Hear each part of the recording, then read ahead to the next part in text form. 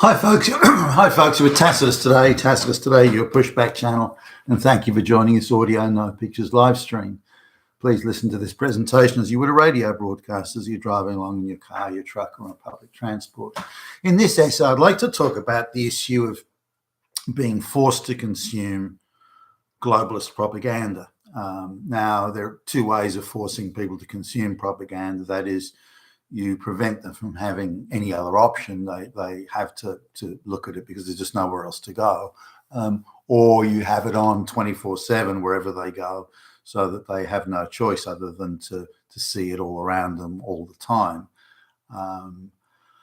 This was a theme touched on by that John Carpenter sort of cult movie. This was a theme touched on by that John Carpenter sort of cult movie, They Live. Now,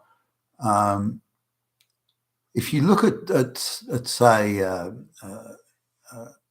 when the globalist cabal, the propaganda cabal, take over well-known franchises, whether it be Star Wars or Snow White or whatever it is, something that was apolitical and or largely apolitical, or done on a broad canvas of freedom versus non-freedom type thing. But it was very much the American type, freedom and this idea that the American Revolution was all about freedom rather than elites having a dispute over taxation.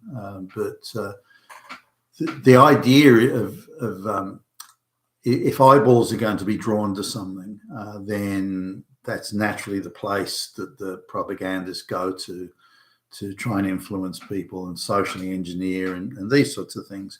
And so, but what do you do when you see woke propaganda being inserted into programs?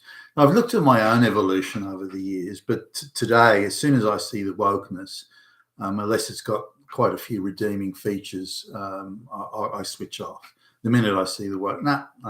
So if there's an advert with a black man and a white woman trying to advertise something, then no matter where you go in Australia, the amount of mixed race marriages are minuscule. So the idea that should be projected or put forward as somehow being normal or mainstream or widespread is absurd. Straight away, I'm now if they want to do that in a black country, which they won't, by the way, but if they want to do it in a black country, well, fine. But I expect to see, one in 25 adverts mixed race, and then that's fine. And a reason for it, that is that the company selling their goods says, well, there's quite a decent sized market amongst black people. They've got quite a lot of expendable income, and we want to tap into that market. So there's sound marketing reasons behind it, rather than an organisation that's pretending to be marketing a product, but in fact is pushing propaganda. That level of deceit and deception is something that I don't like, and so I'll switch off. I won't even look at the advert. I'll just channel surf onto something else. The same goes for say adverts that are pushing movies or shows or any sort of entertainment purely on the basis that it's got a multicultural political message in it. And that again, I don't like that. I don't like where franchises that have been apolitical have earned a good following from great special effects, good script writing, good acting, good storyline, great directing, that they should take that trust that they've built up in a quality entertainment product and then use that as a device to insert deceitful propaganda. I've got a problem with that.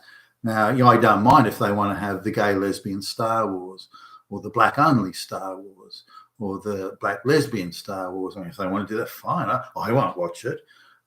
Similarly, to try and portray entertainment as, or any entertaining show, any documentary, whatever, as just being straight out facts, when within seconds you're already into the propaganda. For example, there was a documentary about ancient Rome, and they had just white people there. This is the real history of Rome, and so on. So I thought, well, that could be interesting, and so I thought I'll have a little look at that. It wasn't even 30 seconds in, closer to 20 seconds in, where already the propaganda was beginning. Rome was an oppressive society that kept down women and minorities and black people with patriarchal misogyny and what?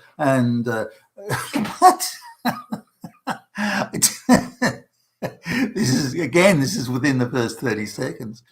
Racism and so straight away I switched off. Now, if they'd sort of far more gently and subtly maybe made some of these points without telling lies, keeping it sort of accurate, then I probably wouldn't bother so much. But it's very clear that there was an ideological purpose behind it. The same thing goes for anything, wildlife documentaries.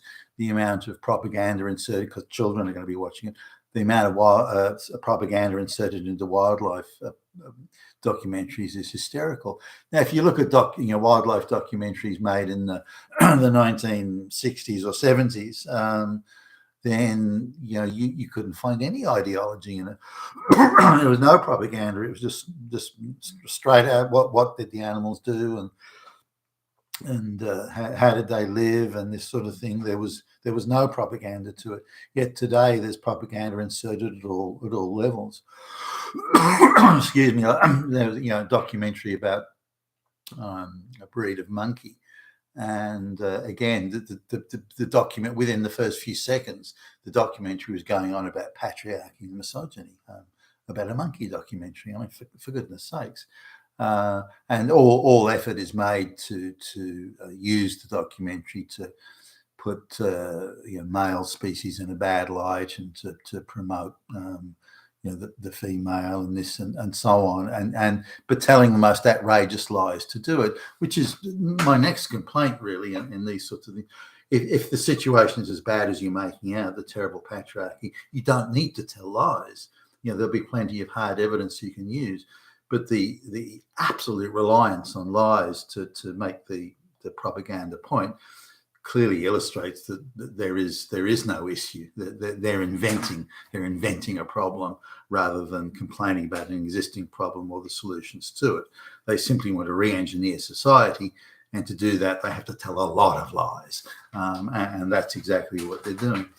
So putting that in sort of totality is that, or aggregating all that, is that I've got the option, and you have the option too, of switching off. You say, well, I don't want to look at that. I'll look at something else.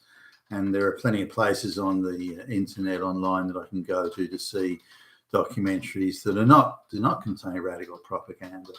I just have to accept that I can't watch Star Wars or the more recent ones. I can't watch Star Wars anymore. I have to watch the older movies the originals if I want to watch that. A lot of the big entertainment names, movie franchises, that sort of thing, you can still watch them from the pre-woke era. So if I want to watch them, I'll do that. The other thing I wanted to make mention of was how, certainly when I was younger, young man, like teens, 20s, that sort of thing, I was far more open to the idea of fear of the future, I guess, as you're young and starting to grow up. It appears that old people have monopoly on everything. That wasn't true, and it appears to be so. But this idea of there must be something terribly wrong with society if this is how it is. And again, fear of the future, fear of the unknown as you're young and growing up. So the idea of you have this artificial power by saying that they're all bad, they're all evil, they're all wrong. Therefore, and that becomes, in the minds of young people, sort of an equalizing type, equalizing of power. But it is it is a school kid type way of looking at the world. And then I'll come back to a little bit more on that. But this idea of, say, being sympathetic to the plight of or supposed plight of minorities, these sorts of things, and some of the propaganda, even around the time, although it was certainly low level and much softer and gentler then than it is now, but I tended to not necessarily agree with it, be somewhat sympathetic to its message, I think would be a better way of putting it. And I wouldn't have thought myself on board with any of it. I thought the idea of going to pointless wars like Vietnam War, it was over by the time I was 18, but the idea of the Vietnam War didn't seem to me to be much point to it. And again, a young person's take, but I wasn't that keen to go and fight in some war a million miles away that really wasn't relevant to anything to me and the people around me. So there were those. So there was the idea of stopping the war seemed to be not unreasonable in my view, although I wouldn't have gone to the extent of waving placards and marching around the street. That seemed, just a little bit vulgar to my way of thinking at the time. The same goes for other issues. I didn't see that the people who were claiming victimhood back in the day really had that strong a case to make. I didn't perceive it that way. They could say the outcomes are different for us than they are for other people, but even at that time, I noticed, well, you're sitting around doing nothing. You're lazy, you're stupid, you're inept. Why should you expect the same outcome as someone who's bright and hardworking and industrious? Of course you shouldn't. So even that, so the propaganda had, as it was at the time, again, much gentler then than it is now, didn't have the same effect on me as it did on some others. Even at the time, I noticed young women were more susceptible to those sorts of inequality type messaging than men were, or young men at the time, or even boys, if you consider high school. Now, as I became older and started to, as I was beginning in the workforce, I would look at people in senior management positions, and I would be somewhat envious, I guess, of the power that I thought they had or imagined that they had, and they could make decisions that I couldn't. But when I started to become more senior and started becoming, like the general manager and the VP and all that sort of stuff, I realised that there are a number of constraints on you. You can't just make decisions willy-nilly. You have the power to say no, but the power to say yes or do something is much more limited. So people that I realised, when I was sitting in the big chair, that people that I dismissed or derided as being, useless or very average, this sort of thing, I was selling them short. Some of them weren't. They were actually quite good and quite intelligent, hardworking, sensible, experienced, high achieving people who I'd sold them short because I'd imagined that they could arbitrarily do whatever they wanted whenever they wanted.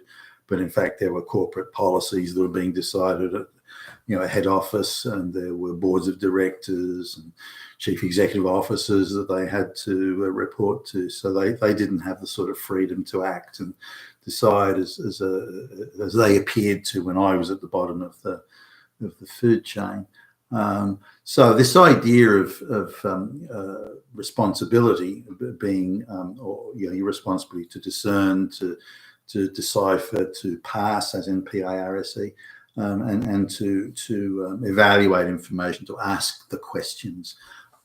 This was something that I always came along, or always had this idea that was important. Now, propaganda requires you suspend all that. You suspend disbelief, and you accept whatever's being told to you. And if I go on to for example, the major news site in Australia today, anything unless it's a direct fact, such as a volcano exploded at this time on that day in this place. But that aside, everything on the front page is lies and propaganda. Everything. So it's not that we've got a situation where there is some propaganda or there's a bit here and a bit there, but the rest of it is all propaganda. Yeah, when I go to, say, a newspaper, this is pre-internet, of course, going to a newspaper in the 1970s, the reverse is the case. All these newspapers, media outlets want to be a journal of record. Sure, you've got the opinion page, or you've got, some of the crazy current affairs, or you've got those crazy tabloid type media newspapers, Martians from outer space invade and man bites dog, all that sort of thing. You still had those, but they were on the crazy periphery. No one, they were scoffed at. No one took them seriously. But that level and quality and standard of journalism that was on the periphery is now mainstream, and it's all lies. There is nothing that isn't propaganda. Now, there's still a few media mainstream media, or not sub-mainstream media outlets where facts are still in the majority, but just a few. So we're forced to consume propaganda. Now, what drives the globalists crazy and insane with annoyance and irritation and so on is that we have the option of looking at we can switch off. We can bypass and ignore their propaganda.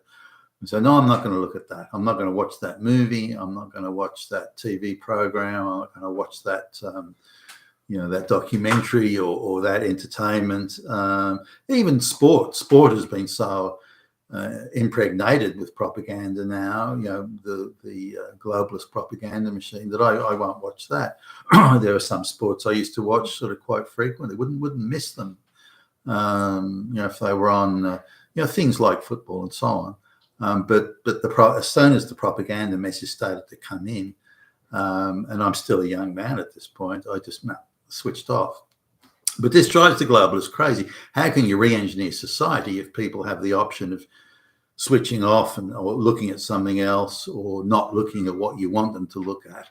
You have to force them to do it, surely. So they must either have no option, or they're forced to watch it through the 1984 concept of having, the propaganda TV on all the time. Only those who are ideologically totally controlled by the machine are allowed to switch their televisions off, which Winston found out when he was going to see the head, one of the head ideological goons. That guy could switch his TV off, but Winston couldn't. His propaganda TV was on 24/7. So the globalists want this idea that they have at the moment of misinformation is really code speak for, we had to deny you any other avenue of information, and anything that is not the globalist message we will deem, as misinformation, disinformation, and it must be shut down. And only through total control of the messaging and preventing or cutting off all other forms, only then can we be, as the globalists would see it, conditioned to accept the circumstances. Now, I want to go back to the Soviet Union and Eastern Europe, the communist. Now, when communism collapsed in late 1990, 1991, in the Soviet Union, nearly the entire population knew nothing but communism. They had known nothing else. They had no other frame of reference. Yet even in a society where they had no other frame of reference, and I've mentioned this previously, 2 out of 3 people, if not 3 out of 4 people, knew that it was total nonsense what they were being told by the news agencies and by the propaganda machine. Now, you could struggle to sort of believe that the Soviet government, the communist ideological government, believed that they had the people conned. They had the people fully deceived, and because they had no other source of information, they had no other programs to watch. They had no other frame of reference. Anything that was Western was framed as being decadent and immoral and evil and so on. But the Russian people, the Soviet people, the Soviet republics, they didn't believe. Most of them didn't believe any of it. They thought it was all nonsense, and they knew they were being lied to. They knew they were being deceived, and they knew that all the devices that the experts have said so and this sort of thing, that it was all propaganda. And we see this in the West today. Experts have said that the far right and fascist Nazis are around. We all know that's crap, but that's the messaging they're putting out. But if their view is that if they can cut off all other information and have only the message, and that you're forced to look at it, I wouldn't be surprised if they do achieve this outcome of everything else is stopped, and only the message that you have a budget, that you have, like an hourly consumption or a weekly consumption or something like that. That if you that when there is only the message, you can see you have to prove that you watched 20 hours a week minimum of propaganda. Otherwise, you're in, you've committed some crime, enemy of the people or a counter-revolutionary or something like that. So you have to consume 20 hours a week minimum of their propaganda. If you don't, they'll cut off your payments, or they'll kick your aging mother out of the nursing home. This sort of, it's just the stuff that the Soviets did. If you didn't comply, they might come after you, but they'd also come after your family and come after your relatives if you didn't do what they wanted. You see that sort of thing today in China, where people in Australia, Chinese nationals in Australia, are told, do this, do that, or we'll go after your mother and your father and your brother, and this sort of thing. So there's a lot of control mechanisms can exist, not outside of just information flow. So looking at this messaging thing, the propaganda messaging, the globalists are utterly determined to make sure that there is one propaganda narrative, and one propaganda narrative only, and you are forced to consume it. And they consider this central to the mechanics of controlling and re-engineering the population, and they're continuing with it. They're not letting go. Now, we may have some small victories. Real people may have some small victories here and there. The cancellation of the Acolyte show, which is insane. Social engineering propaganda to an audience that doesn't even exist. So the only way they can make something like that worthwhile is if people are forced to watch it and have no other option. And that's really the direction they're heading. Or say the woke nonsense with, I don't know, Harley Davidson or something like that.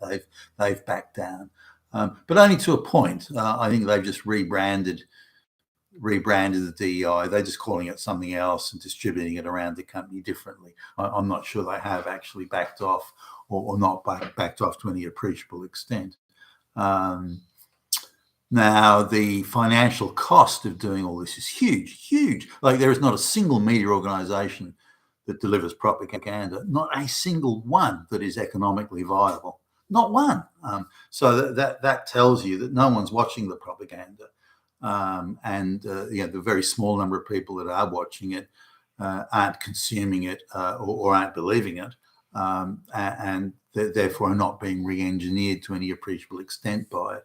So this is something that we need to understand, that the entire propaganda machine and the message delivery machine, whether it be through movies or TV programs or sport or whatever it is, it hardly any of it makes. Oh well, sport, no, that's probably different. But the media outlets, the movies that are propaganda delivery systems, all of them lose money, and lots of it. I mean, we're talking billions upon billions. So clearly, the globalists are undeterred by this. If it costs them billions, then fine. Once they've achieved complete serfdom of the Western population, then they can make that money back later. So this is my take on this. But as much as anything, I wanted to highlight that the globalists are utterly undeterred. They're determined to be the only information source and to control it totally and force you to watch it one way or another. And I don't see them relenting. And the only hope that I think we've got is that Donald Trump becomes president of the United States, and the globalists know this, and so they will do anything to prevent that from happening. You've been with Tacitus today, your Pushback channel. Thank you for listening.